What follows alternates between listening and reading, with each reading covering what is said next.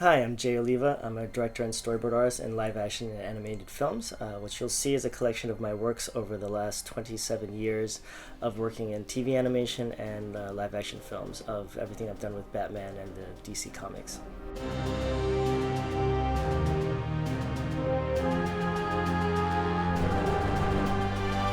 I first saw Batman as in Adam West, the 1960s series when I was a kid. Of course, it was on reruns. It was in the 80s. And I loved it. I loved it for the camp and the idea that, this Cape Crusader running around with very colorful costumes, fighting these very colorful rogues gallery. But it wasn't until I read The Dark Knight Returns from Frank Miller's Batman that I totally saw him in a different light. And then a few years later was when the 1989 Tim Burton Batman movie came out, and that's when my whole outlook of Batman totally changed, and he became one of my favorite heroes. So when I started working in animation and working with people like Bruce Timm on the animated series, it was a dream come true, and I've done quite a bit of Batman over the years.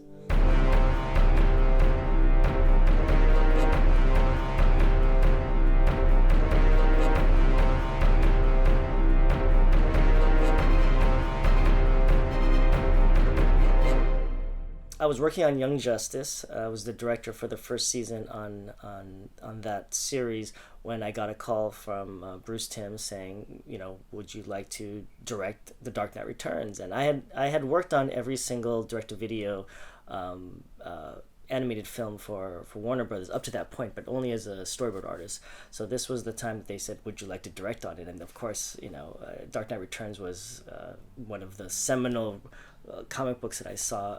So of course I jumped on the opportunity.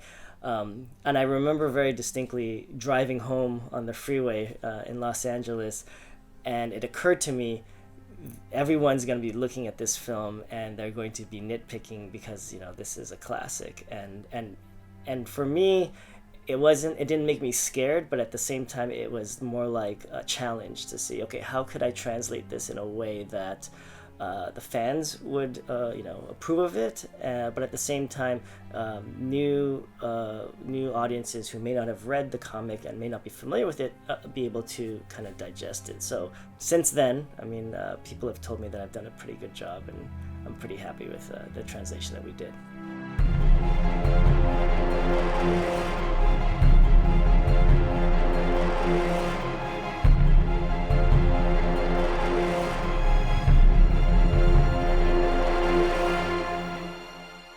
We had just finished Dark Knight Returns Part 1, and we were starting Part 2. And I was doing some freelance work for Blur Studios for Tim Miller. And Tim gives me a call, and he's like, hey, I got a call from Zack Snyder's office. They're looking for storyboard artists to help him out. I can't tell you what film it is, but I'm pretty sure you can guess what it is. Is it okay if I give him your reference? And I was on the phone, and I was like, you give him my reference, Tim, right? I was so ecstatic. But I was like a girl who had a new prom dress but no date, and I was like, okay, I'm not gonna think about it. I'm just not gonna think about this. And so for the next week, it was so hard not to hope that I would get a call. I got a call. His assistant said, "Oh, come meet Zach." I drive up to his place up in Pasadena, and I remember this very clearly. I walked in, and I was expecting to be, the whole crew to be there, but it was just Zach. Zach walks up, he says, "Hi, I'm Zack Snyder." I'm like, "I know who you are." He shook my hand, and then he's like, "Have you read the script?" And I was like, "I haven't read anything. I don't know." And he's like, "Okay." So he takes me around the room where he's got all of the concept art all, painted up and printed on these really big posters. And he starts to pitch me Man of Steel from beginning all the way to the end, just to me. It's funny, I tell this story and I it's funny, I feel like I dreamt it. But at the end of it, he turned to me, he's like, "What do you think?" And I'm like, I think it's cool. Is there a script? He's like, "Well, there's one script. It's in the vault at Warner Brothers. If you want, you can read it on Monday." This was on a Friday. And I was like, okay. In my head, I was like, wait, is it my choice? I thought you're supposed to hire me. While I was doing Man of Steel in Chicago, I was directing Dark Knight Returns Part 2.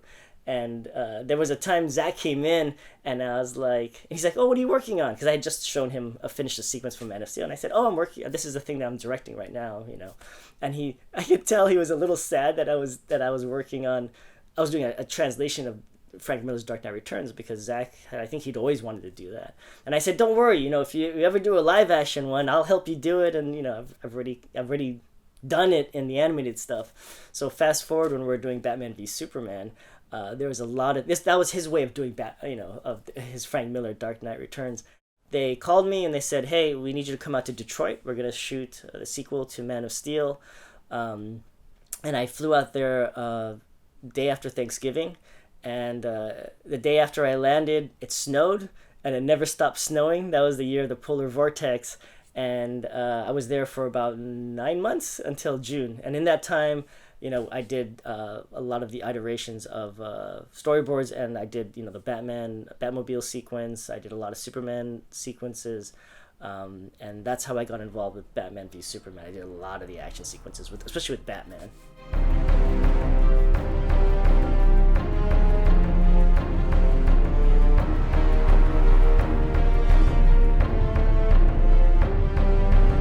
What I like to do is I like to ground Batman where he does a lot of real world fight styles. Like, for example, in Dark Knight Returns, I have him doing Jeet Kune Do, as well as some, you know, various kind of MMA styles, jiu-jitsu kind of stuff. So I like to ground him in his fight styles. But what I also do when I like to draw him is I like to make him very acrobatic. So I have him like backflipping and throwing batarangs and doing all these different things. In fact, you know, a funny story is I had designed this sequence for Batman v Superman, where it was at the dock sequence where he sees the white Portuguese, and he's supposed to chase. He's supposed to be running along these containers, and on the containers there were supposed to be guards that Lex Luthor had, and he was supposed to basically fight his way through the guards and then get into the Batmobile, and then you would have that chase sequence. So I choreographed this really cool Alfonso Cuarón style where it's like following behind him, and I had this scene where like he's jumping in the air, flipping, throwing batarangs, taking guys out. And I remember I showed it to Zach, and he's like, "Okay, this is cool, Jay, but if we do this, the stuntmen are gonna die." And I was like, "Oh yeah, that's true, because you know, in my animated shows, I could have Batman do whatever I want and not cut and have to worry about, you know, if I draw it, Batman does it." In the live action universe, I have to keep in mind, okay, stuntmen, and do they have, like this might be a drone shot or a crane shot, do they have that physical thing to do it? So that's the one thing that is really different. But when I draw Batman, I think my favorite thing is really just doing the fight choreography. That's my favorite thing. I'm a fan of the 60s Adam West Batman. I love the Michael Keaton Batman. And I think there's different versions of Batman that can exist. You know, I mean, I like the Frank Miller older Batman, who is, you know, grizzled and a little bit jaded of the world. But then there's something really nice about having like a Batman Year One, where, you know, he's still fresh and trying to find his feet. So I think there's definitely places to tell a story of Batman in different kind of timelines, right? I mean, I'd love to see a Flashpoint Batman, right, where it's a Thomas Wayne who takes up the mantle of Batman because his son was killed and his wife has gone crazy as the Joker, right? I think that could be even an interesting thing. And I think what the mythos of Batman at its core is about a man who because of the injustices that happen around him, decides to take it upon himself to try to right what's wrong, right? And again, whether you call it a vigilante or not, but I think it's something that is kind of universal, where, you know, we're seeing a lot of these kind of things going on in this world that we don't quite agree with, and this person, Bruce Wayne in this case, you know, decides to take it upon himself. It's very much like Zorro. Zorro is very much like a Batman story.